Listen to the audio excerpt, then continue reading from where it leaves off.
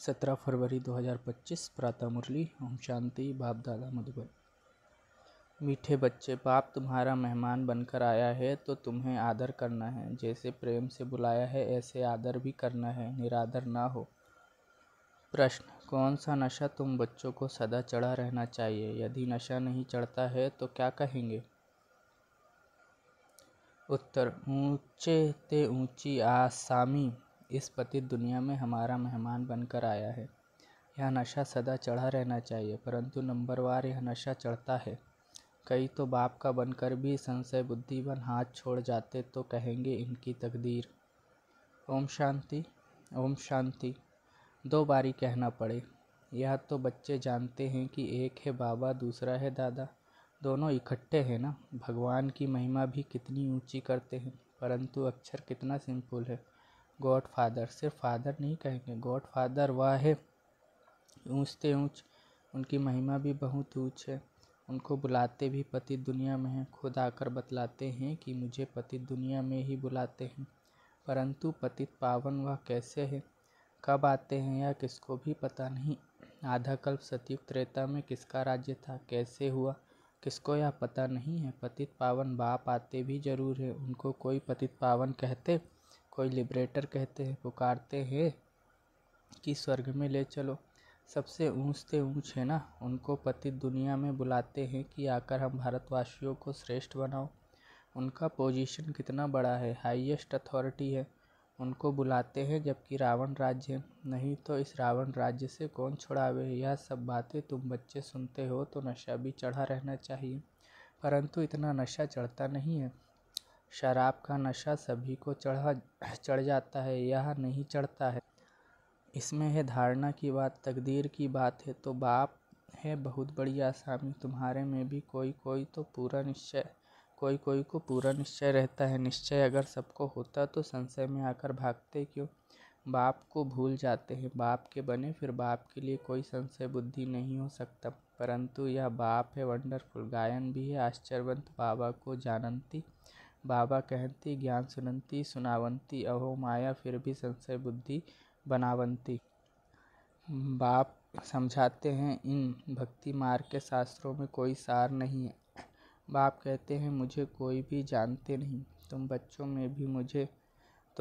में भी मुश्किल कोई ठहर सकते हैं। तुम भी फील करते हो कि वह याद स्थायी ठहरती नहीं है। हम आत्मा बिंदी हैं, बाबा भी बिंदी है, वह हमारा बाप है, उनको अपना शरीर तो है नहीं। कहते हैं मैं इस तन का आधार लेता हूँ, मेरा नाम शिव है, मुझ आत्मा का नाम कभी बदलता नहीं है। तुम्हारे शरीर के नाम बदलते हैं, शरीर पर ही नाम पड़ते हैं। शादी होती है तो नाम बदल जाता है, फिर वह नाम पक्का कर लेते हैं। तो अब बाप कहते हैं तुम यह पक्का कर लो कि हम आत्मा हैं। यह बाप ने ही परिचय दिया है कि जब जब अत्याचार और ग्लानि होती है तब मैं आता हूँ।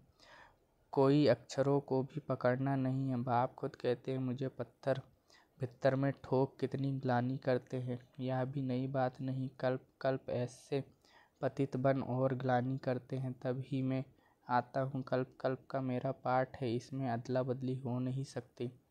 ड्रामा में नूंद है ना। तुमको कई कहते हैं सिर्फ भारत में ही आता है, क्या भारत ही सिर्फ स्वर्ग बनेगा? हाँ, यह तो अनादि अविनाशी पाठ हो गया ना। बाप कितना ऊंचे ते ऊंच है, पतितों को पावन बनाने वाला। बाप कहते हैं मुझे बुलाते ही इस पतित दुनिया में है। मैं तो सदा पावन हूँ, मुझे पावन दुनिया में बुलाना चाहिए ना, परंतु नहीं, पावन दुनिया में बुलाने की दरकार ही नहीं। पतित दुनिया में ही बुलाते हैं कि आकर पावन बनाओ। मैं कितना बड़ा मेहमान हूँ, आधा कल्प से मुझे याद करते आए हो। यहाँ कोई बड़े आदमी को बुलाएंगे करके 1-2 वर्ष बुलाएंगे, फलाना इस वर्ष नहीं तो दूसरे वर्ष आएगा। इनको तो आधा कल्प से याद करते आए हो। इनके आने का पाठ तो फिक्स हुआ पड़ा है, यह किसको भी पता नहीं है। बहुत ऊंचते ऊंच बाप है। मनुष्य बाप को एक और तो प्रेम से बुलाते हैं, दूसरी ओर महिमा में दाग लगा देते हैं। वास्तव में यह बड़े ते बड़ा गेस्ट ऑफ ऑनर, बड़ी महिमा वाला मेहमान है, जिसकी ऑनर महिमा को दाग लगा दिया है। कह देते हैं वह पत्थर टिक्कर सब में है। कितनी हाईएस्ट अथॉरिटी है। बुलाते भी बहुत प्रेम से है, परंतु हे बिल्कुल बुद्धू, मैं ही आकर अपना परिचय देता हूँ कि मैं तुम्हारा फादर हूँ। मुझे गॉड फादर कहते हैं। जब सब रावण की कैद में हो जाते हैं तभी बाप को आना होता है, क्योंकि सब है भक्तियाँ अथवा ब्राइड सीताएँ। बाप है ब्राइड गुम राम। एक सीता की बात नहीं है, सब सीताओं को रावण की जेल से छुड़ाते हैं। यह है बेहद की बात, यह है पुरानी पतित दुनिया। इसका पुराना होना फिर नया होना एक्यूरेट है। यह शरीर आदि तो कोई जल्दी पुराने हो जाते, कोई जास्ती टाइम चलते हैं। यह ड्रामा में एक्यूरेट नूंद है। पूरे 5000 वर्ष बाद फिर मुझे आना पड़ता है। मैं ही आकर अपना परिचय देता हूँ और सृष्टि चक्र का राज समझाता हूँ। किसको भी ना मेरी पहचान है, ना ब्रह्मा विष्णु शंकर की, ना लक्ष्मी नारायण की, ना राम सीता की पहचान है। ऊंच से ऊंच एक्टर्स ड्रामा के अंदर तो यही है। तो मनुष्य की बात, कोई 8-10 भुजा वाले मनुष्य नहीं है। विष्णु को 4 भुजा क्यों दिखाते हैं? रावण के 10 शीश क्या है, यह किसको भी पता नहीं है। बाप ही आकर सारे वर्ल्ड के आदि मध्य अंत का नॉलेज बताते हैं। कहते हैं मैं हूँ बड़े से बड़ा गेस्ट परंतु गुप्त। यह भी सिर्फ तुम ही जानते हो, परंतु जानते हुए भी फिर भूल जाते हो। उनका कितना रिगार्ड रखना चाहिए, उन्हें याद करना चाहिए। आत्मा भी निराकार, परमात्मा भी निराकार, इसमें फोटो की भी बात नहीं। तुमको तो आत्मा निश्चय कर बाप को याद करना है। देह अभिमान छोड़ना है। तुम्हें सदैव अविनाशी चीज़ को देखना चाहिए। तुम अविनाशी देह को क्यों देखते हो? देही अभिमानी बनो। इसमें ही मेहनत है। जितना याद में रहेंगे उतना कर्मतीत अवस्था को पाएं, उच्च पद पाएंगे। बाप बहुत ही सहज योग अर्थात याद सिखलाते हैं। योग तो अनेक प्रकार के हैं, याद अक्षर ही यथार्थ है। परमात्मा बाप को याद करने में ही मेहनत है। कोई बिरला सच बताते हैं कि हम इतना समय याद में रहा। याद करते ही नहीं है तो सुनने में लज्जा आती है। लिखते हैं सारे दिन में 1 घंटा याद में रहे तो लज्जा आनी चाहिए ना। ऐसा बाप जिसको दिन रात याद करना चाहिए और हम सिर्फ 1 घंटा याद करते हैं। इसमें बड़ी गुप्त मेहनत है। बाप को बुलाते हैं तो दूर से आने वाला गेस्ट हुआ। बाप कहते हैं मैं नई दुनिया का गेस्ट नहीं बनता हूँ, आता ही पुरानी दुनिया में हूँ। नई दुनिया की स्थापना आकर करता हूँ। यह पुरानी दुनिया है, यह भी कोई यथार्थ नहीं जानते हैं।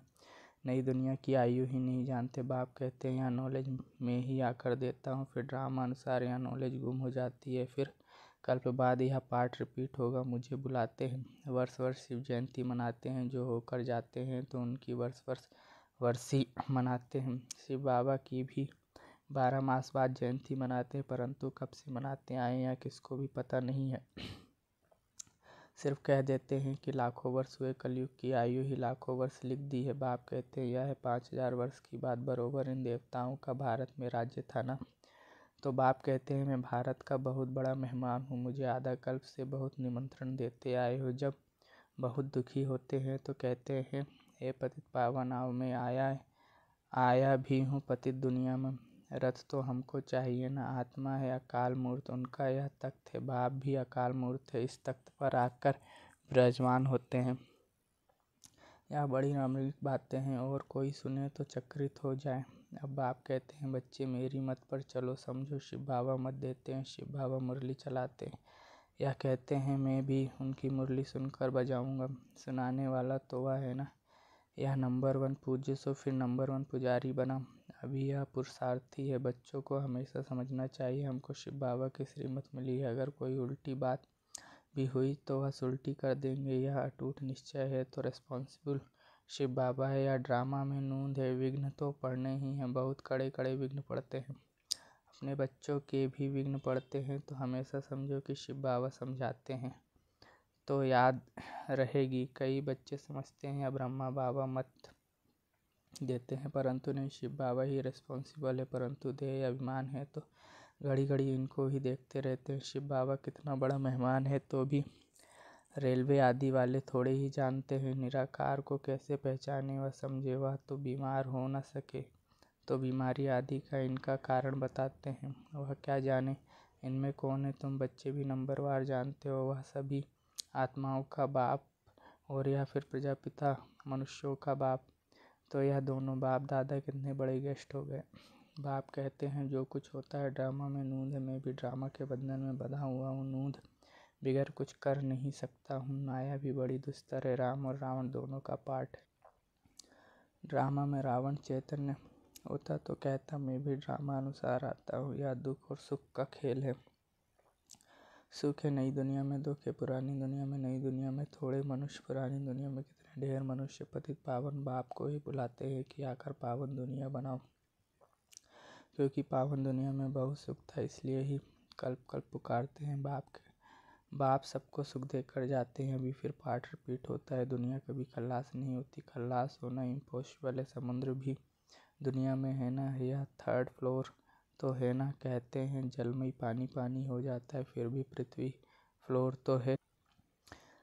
फिर भी पृथ्वी फ्लोर तो है ना। पानी भी तो है ना। पृथ्वी फ्लोर कोई विनाश नहीं हो सकता। जल भी इस फ्लोर में होता है। 2nd और 1st फ्लोर सूक्ष्म वतन और मूल वतन में तो जल होता नहीं। यह बेहद सृष्टि के 3 फ्लोर हैं, जिसको तुम बच्चों के सिवाय कोई भी नहीं जानते। यह खुशी की बात सबको खुशी से सुनानी है। जो पूरे पास होते हैं उनका ही अतीन्द्रिय सुख गाया हुआ है। जो रात दिन सर्विस पर तत्पर है, सर्विस ही करते रहते हैं, उन्हें बहुत खुशी रहती है। कोई कोई ऐसे दिन भी आते हैं जो मनुष्य रात को भी जागते हैं, परंतु आत्मा थक जाती है तो सोना होता है। आत्मा के सोने से शरीर भी सो जाता है। आत्मा न सोए तो शरीर भी न सोए। थकती आत्मा है। आज मैं थका पड़ा हूँ। किसने कहा? आत्मा ने। तुम बच्चों को आत्मा अभिमानी हो रहना है, इसमें ही मेहनत है। बाप को याद नहीं करते, देही अभिमानी नहीं रहते तो देह के संबंधी आदि याद आ जाते हैं। बाप कहते हैं तुम नंगे आए थे, फिर नंगे जाना है, या देह के संबंध आदि भूल जाओ। इस शरीर में रहते मुझे याद करो तो सतो प्रधान बनेंगे। बाप कितनी बड़ी अथॉरिटी है, बच्चों के सिवाय कोई जानते ही नहीं। बाप कहते हैं मैं हूँ गरीब निवास, सभी साधारण है, पतित पावन बाप आया है। यह जान ले तो पता नहीं कितनी भीड़ हो जाए। बड़े बड़े आदमी आते हैं तो कितनी भीड़ हो जाती है। तो ड्रामा में इनका पार्ट ही गुप्त रहने का है। आगे चला आहिस्ते आहिस्ते प्रभाव निकलेगा और विनाश हो जाएगा। सब थोड़े ही मिल सकते हैं। याद करते हैं ना तो उनको बाप का परिचय मिल जाएगा, बाकी पहुंच नहीं पाएंगे। जैसे बांधेली बच्चियां मिल नहीं पाती हैं, कितने अत्याचार सहन करती है, विकार को छोड़ नहीं सकते हैं। कहते हैं सृष्टि कैसे चलेगी? अरे सृष्टि का बोझ बाप पर है कि तुम पर? बाप को जान लेवे तो फिर ऐसे प्रश्न पूछे। बोलो पहले बाप को तो जानो, फिर तुम सब कुछ जान जाएंगे। समझाने की भी युक्ति चाहिए। अच्छा मीठे मीठे सिखले दे बच्चों प्रति माता पिता बाप दादा का याद प्यार और गुड मॉर्निंग। रूहानी बाप की रूहानी बच्चों को नमस्ते। मुझ रूहानी बच्चे की रूहानी माता पिता मम्मा बाबा बाप दादा गुड मॉर्निंग और नमस्ते। शुक्रिया बाबा, शुक्रिया आपका पद्मा पदम गुणा, शुक्रिया। धारणा के लिए मुख्य सार। पहला, सदा ही हाईएस्ट अथॉरिटी बाप की याद में रहना है। विनाशी देह को न देख देही अभिमानी बनने की मेहनत करनी है। याद का सच्चा सच्चा चार्ट रखना है। दूसरा है दिन रात सर्विस में तत्पर रहे, अपार खुशी में रहना है। तीनों लोकों का राज सबको खुशी से समझाना है। शिव बाबा जो श्रीमत देते हैं उसमें अटूट निश्चय रखकर चलना है। कोई भी विघ्न आए तो घबराना नहीं है। रिस्पॉन्सिबल शिव बाबा है, इसलिए संशय न आए। वरदान, श्रेष्ठ बेला के आधार पर सर्व प्राप्तियों के अधिकार का अनुभव करने वाले पद्मा पदम भाग्यशाली भव। जो श्रेष्ठ बेला में जन्म लेने वाले भाग्यशाली बच्चे हैं वह कल्प पहले की टचिंग के आधार पर जन्मते ही अपने पन का अनुभव करते हैं। वह जन्मते ही सर्व प्रॉपर्टी के अधिकारी होते हैं। जैसे बीज में सारे वृक्ष का सार समाया हुआ है, ऐसे नंबर 1 बेला वाली आत्माएं सर्व स्वरूप की प्राप्ति के खजाने के आते ही अनुभवी बन जाते हैं। वो कभी ऐसे नहीं कहेंगे कि सुख का अनुभव होता शांति का नहीं, शांति का होता सुख का व शक्ति का नहीं। सर्व अनुभवों से संपन्न होते हैं। स्लोगन, अपने प्रसन्नता की छाया से शीतलता का अनुभव कराने के लिए निर्मल और निर्माण बनो। अव्यक्त सारे, एकांत प्रिय बनो, एकता और एकाग्रता को अपनाओ। सर्व संबंध सर्व रचनाएं एक से लेने वाला ही एकांत प्रिय हो सकता है। जब एक द्वारा सर्व रचनाएं प्राप्त हो सकती हैं तो अनेक तरफ जाने की आवश्यकता ही क्या है। सिर्फ एक शब्द भी याद रखो तो उसमें सारा ज्ञान आ जाता। स्मृति भी आ जाती, संबंध भी आ जाता, स्थिति भी आ जाती और साथ साथ जो प्राप्ति होती है वह भी उस एक शब्द से स्पष्ट हो जाती। एक की याद, स्थिति, एक रस और ज्ञान भी सारा एक की याद का ही मिलता है। प्राप्ति भी जो होती है वह भी एक रस रहती है। अच्छा, ओम शांति।